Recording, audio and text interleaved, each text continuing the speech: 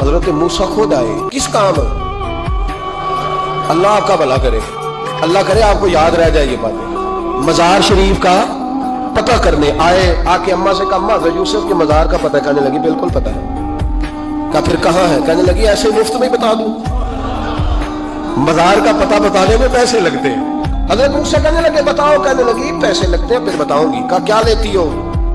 اماں کی سوچ، حضور کہنے لگے تجھ سے اس اماں کی سوچ ہی بڑی ہے، اماں کی سوچ دیکھیں۔ اماں کہنے لگی موسیٰ اگر حضرت یوسف کے مزار کا پتہ بتاؤں گی اس شرط پر کہ جنت میں مجھے وہ والا مکان چاہیے جس کے پڑوسی حضرت موسیٰ علیہ السلام ہو۔ ختم ہو گئی بات، رکھو یہاں قیمت تو لے لو مزار کا پتہ۔ لوگ سمجھتے ہیں مزار کوئی معمولی بات ہے، کوئی معمولی لوگ ہے صاحب، یہ بہت بڑی بات ہے مزار کا پتہ۔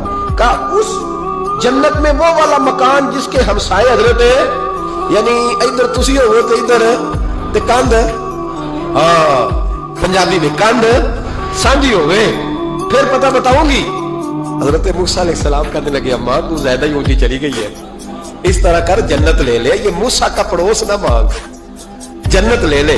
حضرت موسیٰ علیہ السلام کی اس اماں سے تکرار ادب سے کہہ رہی ہے، یہ بات بھی اللہ نے اماں کے دل میں ڈالی، ادب سے کہتی، کہتی نہیں پھر موسیٰ نہیں، نہ اگر وہ مکان لینا جاؤ کسی اور سے پوچھ لو، نہیں بتاتی، ناز سے بات کر رہی ہے۔ 3-4 دفعہ جب کہا نا تو حضرت موسیٰ علیہ السلام کہنے لگے اماں جنت دے تو رہا ہوں۔